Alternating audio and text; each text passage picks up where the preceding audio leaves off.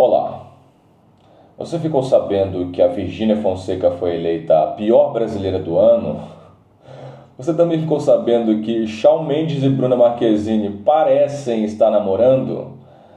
E você também ouviu falar que o Agente Secreto foi pré-indicado ao Oscar? Se você não ficou sabendo, eu vou te contar agora porque está começando o primeiro Pop Dump do meu canal.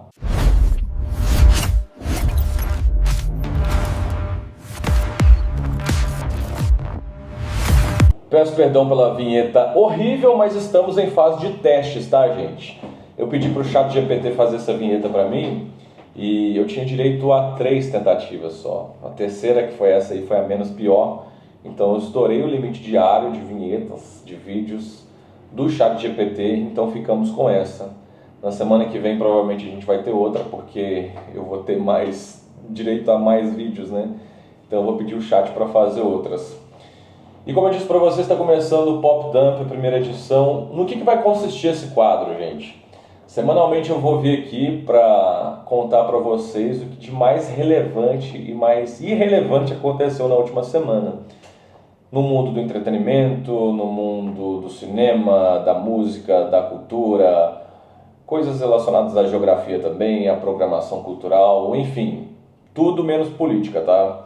Porque eu não quero gerar atritos aqui nesse canal, não quero gerar brigas.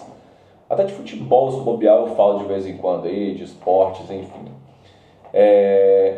Vai ser basicamente eu comentando sobre essas notícias de uma forma bem descontraída mesmo, trazendo informações aí para quem estava, sei lá, em Nárnia, em outro país e que não conseguiu acompanhar o que de interessante ocorreu nos últimos dias. Então, como eu disse, vai ser uma coisa mais informal, sem edição, sem roteiro. Para não falar que não tem roteiro, eu tenho as anotações aqui do que eu quero falar com vocês. Então, é isso. Está começando o primeiro Pop Dump, não sei nem o nome direito ainda, mas está começando o primeiro Pop Dump de Ailton Júnior. E o primeiro assunto é ele, o casal Shawn Menkezini. Parece que realmente está acontecendo, né, gente? O Shawn Mendes passou o mês inteiro no Brasil, de novembro até o início de dezembro, e a gente estava achando que ele estava gostando daqui, né? Falando assim, porra, o cara tá apaixonado, né? Não quer ir embora daqui. Mas na verdade ele não estava apaixonado pelo Brasil, né? Ele estava apaixonado pela Bruna Marquezine. E aí parece que ele foi para casa dele buscar uma muda de roupa e 2 semanas depois ele voltou. Antes já tinha acontecido aquelas aparições dele no show da Dua Lipa, conversando com ela no cantinho ali. Também apareceu na sacada do hotel com ela, usando uma camiseta dele, né? Bem clichê. Só que eu não estava botando muita fé não, né? Eu pensei, pô, às vezes são amigos, às vezes se conectaram ali, porque a Bruna Marquezine mora fora também, está frequentemente ligada a cena ali da música, a cena de Hollywood também, de igual modo o Shawn Mendes, né? Mas, pô, gente, aquela cena dos dois na praia pulando ondinhas é muito cena de casal, né? Então eu acho que tá acontecendo. Antes eu até suspeitava que ele tinha sido o pivô da separação da Sangalo. A mulher era casada há 16 anos, de repente ela aparece divorciada depois da visita do Shawn Mendes. Eu falei, porra, o que rolou aqui, né? Deve ter culpa desse menino aí na história. Mas não, eu acho que a Ivete Sangalo foi madrinha desse encontro aí, provavelmente. E agora eu acho que eles estão não namorando, porque ambos parecem ser bichos soltos, mas parece que está acontecendo. E acho que a sensação de várias pessoas que eu tenho visto aqui na internet, tem várias mulheres que estão se sentindo namorando com o Shawn Mendes. É como se ele estivesse namorando com todas as brasileiras solteiras, que estão personificadas ali na Bruna Marquezine. Então o pessoal está emocionado, né? O que isso significa? O que isso vai trazer pra gente? Nada. A única coisa que vai acontecer é que o Shawn Mendes vai aparecer mais aqui no Brasil, e aí teremos mais rolês aleatórios desse cantor em solo nacional. Primeiro assunto foi esse, se você não sabia, tá sabendo agora. Casal Shauna Menkezini parece que está acontecendo. A segunda notícia, eu vou pesar um pouco o clima aqui, porque vocês viram que aconteceu o assassinato do Rob Reiner e a Michelle Reiner. Não sei falar sobre o nome deles não, tá? Reiner. Acho que é Rob Reiner e Michelle Reiner. Ele é o diretor de Harry Sally, um clássico aí do cinema, clássico da comédia romântica. E ele foi encontrado, os dois foram encontrados mortos na casa deles. Em um primeiro instante, as pessoas já começaram a suspeitar que fosse duplo suicídio, mas não, foram várias facadas ali. E o principal suspeito, gente, é o filho do casal, que é o Nick Reiner, de 32 anos. Ele já participou, inclusive, da produção de um filme com o Rob Reiner. Esse filho tem um histórico assim, bem extenso de dependência química, de problemas psicológicos mesmo. E ele já falou em entrevista, deu uma entrevista junto com o pai dele na divulgação desse filme, que é biográfico dele, que ele não tinha uma relação muito próxima, muito boa com o seu pai. E um outro fato relevante é que horas antes da tragédia eles estavam numa confraternização na casa do Conor O'Brien, que é um apresentador lá dos Estados Unidos.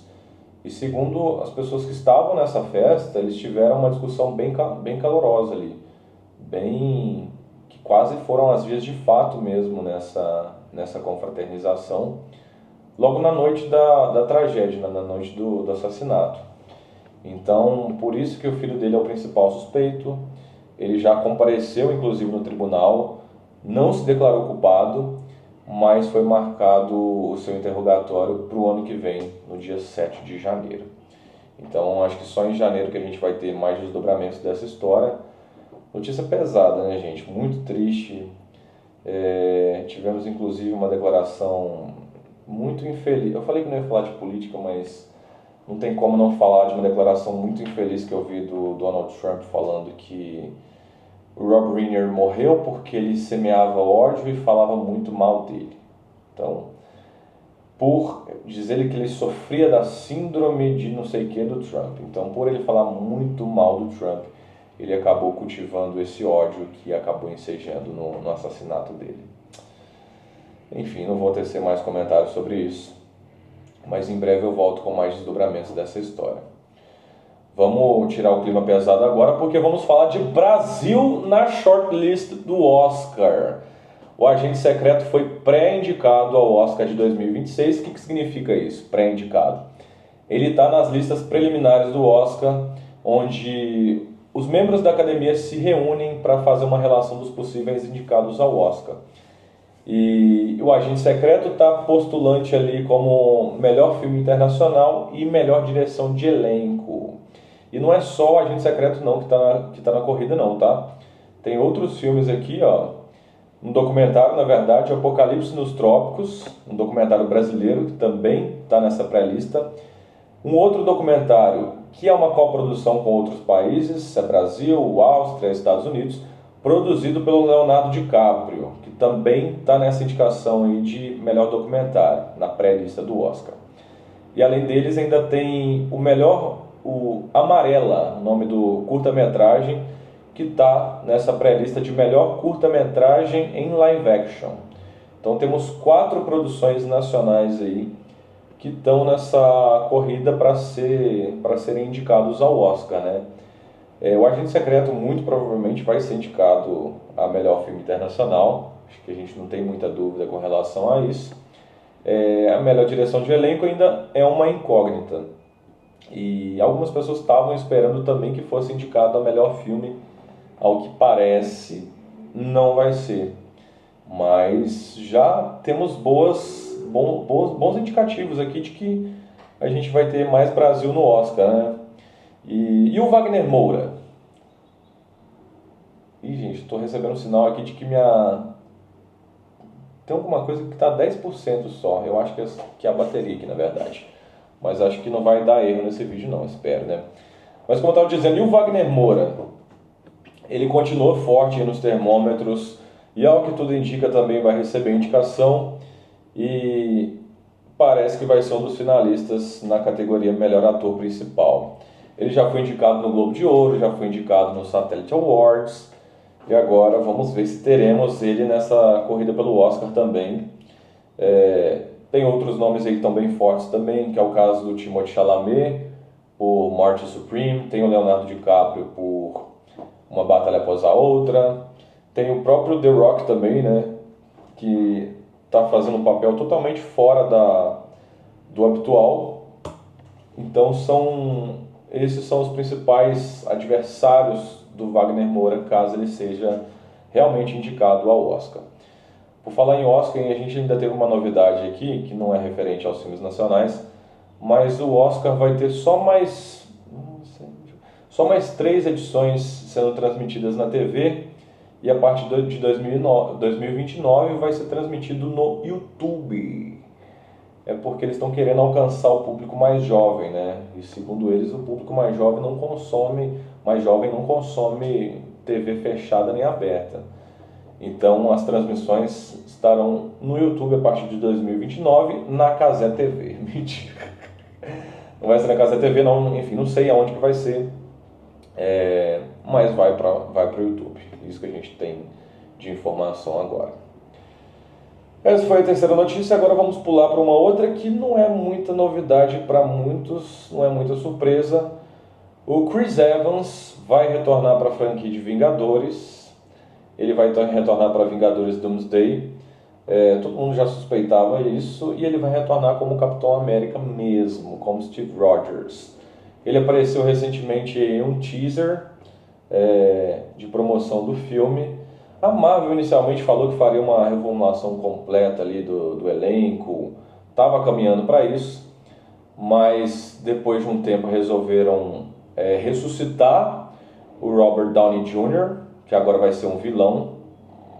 Enfim, ele era o Homem de Ferro em um dos filmes e de repente ele vai reencarnar num outro papel aí, não vai ter nenhuma ligação com o Homem de Ferro, mas o rosto do personagem é o mesmo, né? Não tem como desvincular ele do Homem de Ferro mais. É uma estratégia ousada, mas como eu disse, a Marvel falou que reformularia o elenco todo, mas continua insistindo naqueles atores e atrizes que deram certo, né? Agora Chris Evans, Chris Hemsworth também vai voltar como Thor, o Paul Rudd vai voltar como Homem-Formiga, e aí a gente vai ter o Robert Downey Jr. também, dessa vez como vilão. É aquela coisa, né? É usar esse pessoal mesmo como chamariz de público, sabe que muita gente vai assistir o filme por conta dessas pessoas, e a gente espera que dê certo, né? Porque a Marvel vem apostando em várias fórmulas repetidas aí, que já meio que saturaram já, e as últimas produções, acho que desde o Homem-Aranha Sem Volta para Casa, não me lembro de uma outra produção assim que foi sucesso, sabe, que movimentou o cinema, que movimentou o público para ir ao cinema. Então eles estão tentando recuperar esse boom que a gente teve tanto com Vingadores quanto com Homem-Aranha. Espero que dê certo, mas enfim, veremos aí o que vai acontecer. A quinta notícia: Dudu Camargo, campeão da Fazenda. Eu não acompanhei a Fazenda, nem sabia que estava rolando ainda. Sabia que ele estava no elenco. E de vez em quando aparecia para mim no Twitter, né, no próprio Instagram, alguns flashes lá do reality, alguns takes e tudo. E eu sempre vi que ele estava sendo o principal nome dessa Fazenda, né? Era o principal assunto. Só que eu não acompanhei e nem sabia que já estava na final. Enfim, parece que durou 5 anos essa Fazenda aí. Porque a primeira notícia que eu vi foi, sei lá, foi em abril de 2023 e agora a gente vê o anúncio do vencedor. Eu assisti ao vídeo do anúncio, da Galisteu falando lá, né, que ele era o vencedor, gente. E esse cara é muito caricato, né? Pra não dizer outra coisa, mas é muito caricato. Ele ganhou o prêmio, ele sai correndo daquele jeito todo quadradão, todo posturado, todo sério, todo formal. e os participantes que estavam na final lá, os finalistas, estavam com o microfone na mão, e ele, na mesma hora que ele é anunciado, ele nem abraça ninguém, ele já pega o microfone e vai pro palco, glória a Deus, e não sei quem, papapá, como se fosse um apresentador barra pastor, né? Aproveitou que estava na Record, quis uma moral com o bispo. E é isso, Dudu Camargo ganhou 2 milhões de reais e provavelmente ganhou um contrato com a Record também. Porque foi o queridinho do público, acho que a votação foi bem expressiva em favor dele, acho que foi, sei lá, 75%, algo em torno disso. E é o novo campeão da Fazenda. Agora vamos a uma das notícias que mais repercutiram nos últimos dias, que não é necessariamente dessa última semana, mas que teve reflexos agora, né? A aquisição da Warner Bros. E da HBO pela Netflix. Vocês já sabem que a Netflix comprou essas empresas, o valor total da transação, gente, foi atualizado aqui, está em 82,7 bilhões de dólares. Isso contando tanto o valor da compra como a amortização da dívida bilionária que a Warner e a HBO tinha, né? A Paramount tentou passar por cima desse acordo, ofereceu uma oferta assustadora de mais de 100 bilhões de dólares, mas essa oferta não foi aprovada, então continua valendo a oferta da Netflix, que já fez vários anúncios oficiais. Eu inclusive recebi e-mail da Netflix para comunicar sobre esse anúncio. O presidente da Netflix já foi na sede da Warner, já parece que vai dar certo, mas essa transação ainda pode ser barrada, tá? É bem importante a gente falar disso, porque depende da aprovação dos acionistas e também depende da aprovação dos órgãos reguladores dos Estados Unidos, porque o debate aqui está sendo sobre isso configurar como monopólio no audiovisual mundial, no caso, mas estamos falando de Estados Unidos. Porque você imagina, gente, a Netflix detendo os direitos de todas as produções da HBO e da Warner. Agora é dona de Harry Potter, é dona de Senhor dos Anéis, é dona da série de Harry Potter, né? É dona de todas as produções da HBO. Daqui a pouco vai entrar Game of Thrones no catálogo. É meio impensável, eu nunca imaginei que isso poderia acontecer, sabe? Mas, ao que tudo indica, vai acontecer. Não sei se ao que tudo indica vai acontecer, porque eu não sei o que vai rolar mediante essa aprovação ou rejeição por parte dos órgãos reguladores e dos próprios acionistas, né? Eu tenho muitas dúvidas sobre o futuro da HBO, porque, como vocês sabem, a Netflix, ela há bastante tempo, ela vem fazendo essas produções de algoritmo, né? Vem produzindo muita quantidade e não necessariamente vem focando em qualidade. A gente tem sim produções que englobam os dois, né? Tanto qualidade quanto... Englobam os dois não, mas tipo, tem produções de qualidade. Foi o próprio caso de Stranger Things agora. Esse ano a gente teve Adolescência, tivemos boas séries, né? Tivemos Department Key. Só que majoritariamente as produções são mais comerciais, são mais focadas para o grande público. Não tem tanto esse zelo assim com a qualidade da produção como a gente vê com a HBO, né? Tudo na HBO, além de ter coisas comerciais na HBO também, mas eu vejo que a prioridade ali é mais a qualidade.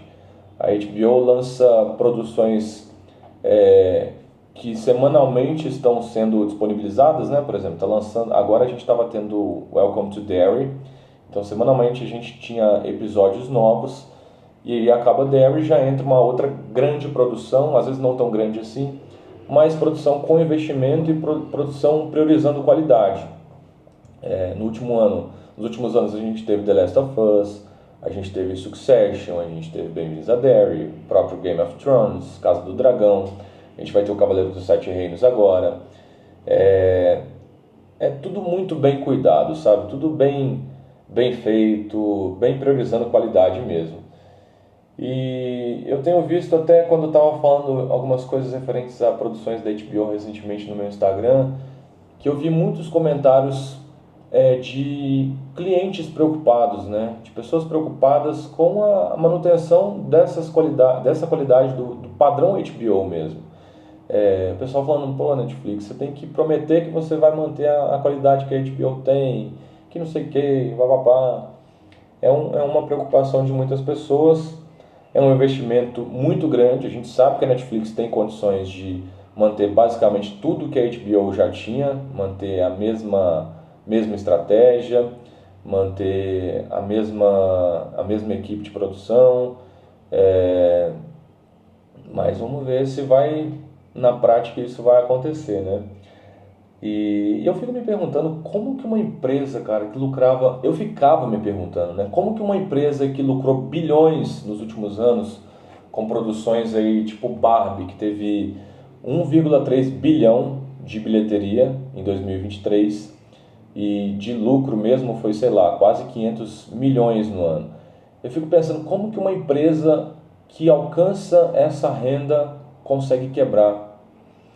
Mas aí eu fui ver que a dívida da Warner era em torno de 35 bilhões de dólares.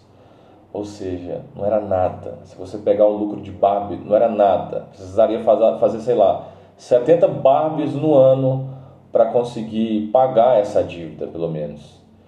Então, essa é uma dívida que vai crescendo ano após ano, com incidência de juros, de correção, e acabou se tornando uma dívida impagável. Era impossível você pagar só com os lucros que a empresa tinha. Você tinha como pagar se você tivesse um dinheiro de um terceiro e querendo amortizar essa dívida e sei lá, e comprar uma parte da HBO, uma parte da Warner.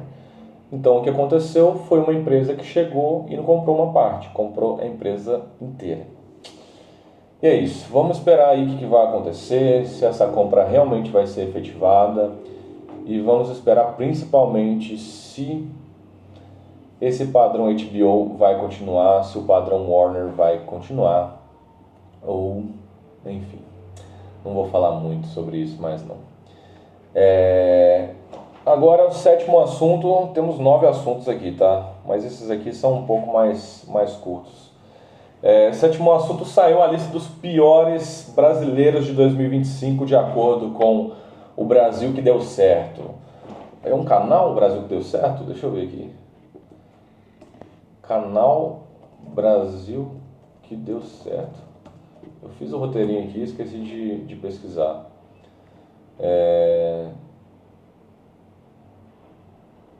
Eu acho que é um site aqui, né? Mas eu acho que tem... É um site que anualmente faz essa lista dos piores brasileiros do ano. Um pouco sensacionalista, né? Mas eu vou mostrar para vocês aqui a lista, vou falando nome por nome dos 10 primeiros colocados e de por que eles estão nessa lista, né? 10º lugar foi Marcos Mion, porque é chato, acho que é basicamente por isso, e também porque ele está sendo acusado de plágio por aquele filme MMA, né? Não assisti ao filme, mas é isso. Eu acho que muita gente tem um certo preconceito com o Marcos Mion, porque ele é meio bobão, né? Meio aquele tiozão bobão, calderola, mionzeira, que não sei o que, enfim. É o típico tio que no final de semana do Natal vai fazer a piada do pavê para comer. 9ª posição, Alexandre de Moraes. Me calarei aqui porque eu falei para vocês que não vou falar de política nesse site. Em 8º lugar, Carlinhos Maia, por motivos de todo mundo sabe, né? Tem o rancho do Maia lá, que eu não sei, mas tem muita gente que assiste isso, que não perde os stories do rapaz. Mas o Carlinhos Maia parece que ultimamente ele tá atacando foda-se, né? Ele tá sendo mais problemático a cada dia que passa, tem falado coisas aí bem sem filtro mesmo. Acho que ele já tacou foda-se já pra assessoria, pra todo mundo, e tá meio sem saco pra tanta crítica que ele tem recebido, né? 7ª posição, que eu acho que vai tirar um pouco de credibilidade dessa lista, Carla Sofia Gascon, que nem é brasileira, gente. Então, o que ela tá fazendo aqui, né? Não sabemos. Todo mundo sabe por que ela tá aqui, porque, enfim, Emília Pérez e tal, mas a gente não sabe por que ela tá aqui por conta da nacionalidade dela, que ela não é brasileira. Sexto lugar, Padre Fábio de Mello. Pessoal, eu não acompanho ele, mas o pessoal está falando de perda de essência em nome da publicidade excessiva. Em quinto, a Mãe da Sacada. Se vocês souberem quem é essa aí, me contem, porque eu não sei. Mas falaram que é a mulher que transformou a sacada de casa em quarto para a filha dela. Um pouco problemático, né? Em quarto, não é uma pessoa, mas um grupo de pessoas. Elenco do BBB. Eu nem lembro dos participantes desse ano. Eu lembro que teve a Graciane Barbosa por conta do negócio do ovo, né? Mas se me falar quem ganhou o Big Brother Brasil desse ano, não vou nem lembrar. O BBB desse ano foi flopadíssimo. Ano que vem parece que vai mudar tudo, né? Estão tentando recuperar aí a audiência. Porque o BBB, para quem não sabe, é o programa que mais dá dinheiro à Globo, né? É praticamente um programa que praticamente paga os salários de todo mundo na Globo. Então, se o BBB acabar, a Globo terá sérios problemas. Terceiro lugar, ele, Neymar. Por quê? Acho que é pelo envolvimento com as bets, né? Por polêmicas. Esse ano não sei se ele se envolveu em polêmica aí de pulada de cerca não, hein? Todo ano tem, mas esse ano aí não sei se rolou. E ele caiu algumas posições nesse ranking. Caiu pra... Enfim, dessa vez ele não caiu no campo não, caiu aqui no ranking. E eu, sinceramente, gente, eu acompanho muito futebol, eu tava torcendo muito pro Santos cair. Eu acho que se ele caísse, o pessoal ia parar de uma vez por todas de ficar pedindo Neymar na seleção, porque, sinceramente, pra mim não tem mais condição de vestir a camisa da seleção, não tá jogando nada. A gente tem um time todo levinho do ataque pra frente ali, né? Nos últimos jogos aí, por mais que a gente não tenha tido resultados em termos práticos, a gente, sei lá, ganhou 2 jogos, perdeu um, empatou o outro, ou perdeu os outros 2 contra o Japão, esqueci contra quem foi o último jogo, mas você vê que o time tá no caminho. Eu acho que falta treinamento, né? O Ancelotti parece que achou a formação ideal ali do ataque com o Matheus Cunha, com o Rodrigo, com o Estevão e com o Vinícius Júnior. E eu acho que se o Neymar entrar nesse time que está bem leve do meio para frente, se o Neymar entrar, eu acho que o time vai ficar mais pesado e aí teremos muitas quedas também, né? Talvez convocar ele para ficar no banco ali, tudo bem, mas ele não vai ficar contente, ele vai criar uma algazarra no vestiário ali, ele não vai ficar feliz só de estar no banco. Vai começar a panelinha do Neymar e vai ser aquela coisa, né? Tipo, o Casemiro já deu declaração falando que precisa do Neymar, o Brasil precisa do Neymar para ganhar um Hexa, passando por cima da autoridade do Ancelotti para pedir ele. Enfim, não vou ficar falando de Neymar mais não. Segundo lugar, Ítalo Santos. Gente, a Virgínia perdeu pro Ítalo Santos, hein? Ítalo Santos, vocês sabem por que tá nessa lista. Foi o pivô lá, foi o principal elemento do vídeo do Felca lá, né? Que ele fez o exposed lá daquelas pessoas que estavam, enfim, usando da imagem de crianças para ganhar dinheiro. E ele tá preso até hoje, ele e o marido dele.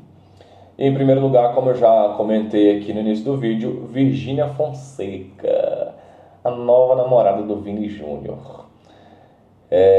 Por que ela está nessa lista? Eu acho que rola uma perseguição contra essa menina. Acho que tem uma situação aqui que faz sentido de ela estar recebendo esse hate por conta da CPI das bets, que eu acho que a presença dela na CPI das bets transformou aquilo num circo, o negócio não foi para lugar nenhum. Os deputados falavam, os senadores no caso falavam sem nenhuma autoridade, parecia que estava numa brincadeira, sabe? Ela brincando lá enquanto dava o depoimento dela, gente pedindo para tirar foto com ela. Gente, aquilo ali foi uma palhaçada, né? Pelo amor de Deus. E isso, eu acho que isso meio que contribuiu para piorar um pouco a imagem dela perante algumas pessoas. Apesar de que a imagem dela perante outras só cresce, né? Mas é isso. Outras coisas também, se separou aí do Zé Felipe, mas acho que não é por isso que ela está recebendo hate, mas se separou dele. Tem também essas coisas da empresa dela lá, da WePink. E também outra coisa que aconteceu. Tá, o ensaio dela da Grande Rio, que o pessoal fala que ela sambou mal ali justamente por uma estratégia de marketing. Enfim, não dá para duvidar muito das coisas que a Virgínia faz quando o assunto é marketing, né? Quando o assunto é ganhar dinheiro. A mulher já provou que é inteligente e ela usa até assim do hate para ganhar dinheiro. Então não dá para duvidar de nada. A oitava e penúltima notícia relevante do nosso dump semanal é que saiu a lista feita pelo Quinto Andar das 10 cidades mais caras do Brasil. Pulando aí do entretenimento para notícias gerais mesmo. 10º lugar ficou Goiânia, capital de Goiás, com um custo mensal de R$ 11.500. Em nono, Florianópolis, que é o sonho de consumo de muitas pessoas. Eu, inclusive, já tive vontade de morar em Florianópolis já, mas por enquanto não largo minha cidade não. Mas Floripa tem um custo mensal de R$ 11.950. Em oitavo, Foz do Iguaçu, no Paraná, R$ 12.100. Sétimo lugar, Salvador, R$ 12.800. Sexto, Porto Alegre, R$ 13.045. Estive em Porto Alegre esses dias aí. Quinto lugar, Brasília, 13.200. Quarto lugar, Campinas, 13.500. Terceiro lugar, Santos. Essa me surpreendeu, tá? Santos é uma microcidade, gente. Que está assim, tomada por prédios, né? Talvez uma das cidades com a maior densidade demográfica do Brasil. É pequena e toda vertical. Mas Santos tem um custo mensal de R$ 14.300. E o segundo e primeiro lugar são óbvios aqui, né? Rio de Janeiro em segundo com R$ 15.066, custo mensal. E em primeiro, adivinha? Na cidade em que eu moro, São Paulo. E com razão, tá? Aqui em São Paulo, você pisa na rua, você já paga R$ 70. Se você respirar, você paga mais 100. Enfim, eu acho que eu nunca saí na rua sem gastar menos do que R$ 200. Nem que eu vá do lado da minha casa aqui, gente, na esquina. Tá um absurdo esse lugar. Aí você vai para outras cidades que são consideradas caras e parece até que você é metido, né? Porque você chega no restaurante lá, a conta dá, sei lá, um número X. Aí o pessoal fala, nossa, é muito caro, mas você olha e fala, você fica até sem graça de falar que não acha caro, porque, aliás, você acha caro, mas está tão acostumado com São Paulo, que é tudo um absurdo, que acaba nem ficando tão caro assim. Ai, ai. E o nono assunto, o último aqui do nosso dump, é só para dar uma mapeada mesmo nos filmes que entraram em cartaz nessa última semana, na última quinta-feira. Vou dar um destaque aqui para Avatar 3, Avatar Fogo e Cinzas, terceiro filme da saga de Avatar, do James Cameron, estreou na última quinta-feira. Não tivemos tantas estreias relevantes assim, mas só mapeando aqui os filmes que continuam em cartaz, que foram lançados há mais tempo, mas continuam em cartaz. A gente tem Truque de Mestre, o terceiro ato, Wicked Parte 2, Zootopia 2, Five Nights at Freddy's 2, só continuações, né? E também o nosso querido Agente Secreto, que, como eu disse para vocês, acaba de sair na shortlist do Oscar. É isso, gente. Finalizamos o nosso primeiro dump semanal. Esse dump foi da semana que vai do dia 13, último sábado, até o dia 19 de dezembro de 2025. Se você ainda não se inscreveu no nosso canal, se inscreve aqui, curte esse vídeo para me dar uma força. E na semana que vem eu volto com mais um dump semanal contando as notícias mais relevantes e irrelevantes da última semana. Obrigado a todos que assistiram e em breve eu volto.